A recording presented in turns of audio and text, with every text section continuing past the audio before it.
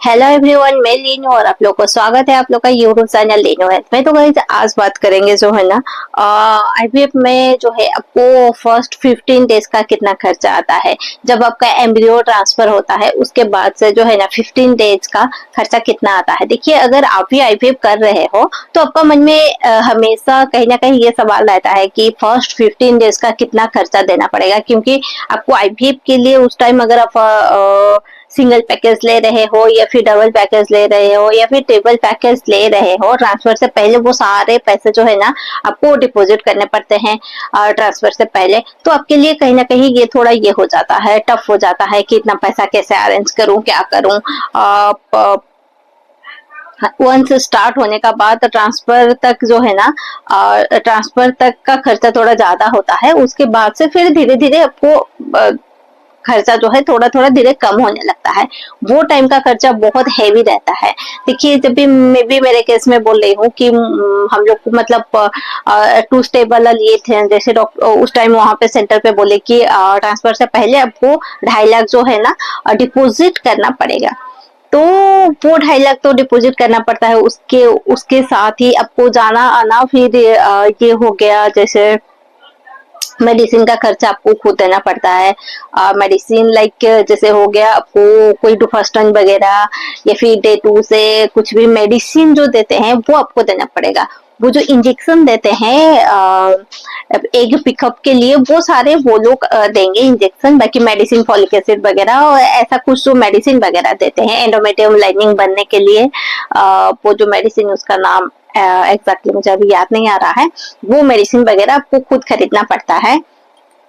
तो ये सब चीजें जो है आपको हाथ से ही लगता है।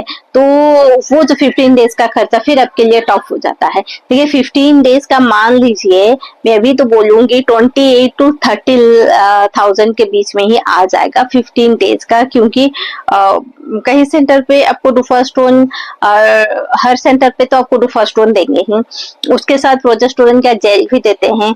कहीं सेंटर पे जो है ना प्रोजेस्टेरोन का इंजेक्शन दे देते हैं। वो थोड़ा प्राइस कम होता है बट वो पेनफुल होता है, उसे मैं भी सपोर्ट नहीं करूंगी क्योंकि वो बहुत पेनफुल होता है। आप कोशिश कीजिए प्रोजेस्टेरोन का ओराली लेने के लिए और वजाइनली लेने के लिए सपोर्ट, ये सही रहेगा।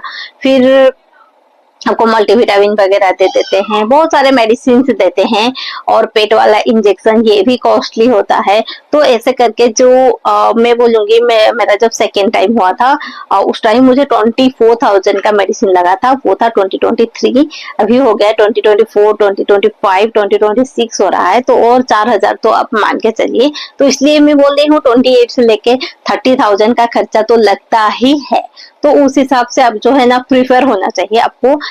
अगर 15 डेज का मान लीजिए 30 होता है तो 1 मंथ का फिर आपका जब बीटा पॉजिटिव आता है उसके बाद भी डॉक्टर क्या करते हैं, वही मेडिसिन जो है कंटिन्यू करते हैं। हो सकता है उसके साथ और कुछ मेडिसिन ऐड करें, बट ऐसा नहीं कि उसे कोई भी मेडिसिन जो है आपको माइनस करेंगे। माइनस कोई भी मेडिसिन नहीं होगा, वो मेडिसिन आपको 3 मंथ 4 मंथ या फिर 5 मंथ तक चलता है। तो यही जो है मान लीजिए 4 मंथ मान के चलिए, धीरे धीरे करके क्या करते हैं, मेडिसिन जो डॉक्टर बंद करते हैं, जो 2 टाइम दे रहे हैं उसको 1 टाइम करते हैं, फिर पूरा बंद कर देते हैं, एक एक दिन छोड़ के देते हैं। ऐसे करके 4 मंथ तक आपको सारे मेडिसिन बंद हो जाते हैं। सिर्फ आयरन, कैल्शियम, मल्टीविटामिन वगैरह ये सब चलते हैं। अगर किसी किसी का कोई कॉम्प्लिकेशन रहा तो पेट वाला इंजेक्शन 5 महीना 6 महीना 7 महीना तक चलाते हैं, या फिर डुफास्टन चलाते हैं, नहीं तो फिर जनरली जो है बंद कर देते हैं। तो फर्स्ट ये जो 3 मंथ का मान लीजिए आपको 2 लाख का खर्चा है, क्योंकि उसका बीच में मंथली 60,000 हुआ, तो 6 12 18 हो गया यहीं पे। और उसका बीच में आपको डॉक्टर विजिट के लिए जाना पड़ता है, यूएससी वगैरह करना पड़ता है, एंटी स्कैन होता है, फिर ब्लड टेस्ट वगैरह होता है। ये सारे चीजें मिला के वही 3 मंथ में आपको 2 लाख का खर्चा पकड़ लीजिए। फिर स्टार्टिंग से आप 2 लाख या 2.5 लाख या 3 लाख पैकेज के हिसाब से जो देते हैं, यहीं पे हो गया आपका 5 लाख, और लास्ट तक 1 लाख का खर्चा रखिए। डिलीवरी होता है 1 लाख, और बीच में मान लीजिए 50,000 का कुछ होता है तो होता है। अगर आप थ्री मतलब 2 स्टेप वाला लेते हो या 3 स्टेप वाला लेते हो, अगर आप सिंगल पैकेज लेते हो तो 2 लाख ट्रांसफर तक, फिर वो 2 लाख 4 लाख हो गया और बाकी 2 लाख रख लीजिए डिलीवरी का 1 लाख, और बीच में इधर उधर का maximum max to max 1 lakh जाता है। तो ये हो गया आपका 6 लाख का, जो मैं ओवरऑली बता रही हूँ। ऐसा खर्चा है, उसे किसी का कम भी हो सकता है किसी का 10-20 हजार 50 हजार ज्यादा भी हो सकता है। तो इसका खर्चा जो है ऐसे ही होता है। तो फर्स्ट 15 डेज का खर्चा मान लीजिए 30,000 का आता है मेडिसिन का खर्चा। तो गाइस, अगर आज का ये वीडियो आप लोग को हेल्पफुल लगे, इन्फॉर्मेटिव लगे, वीडियो को जरूर लाइक शेयर कर दीजिए। फिर मिलते हैं अनदर न्यू वीडियो में।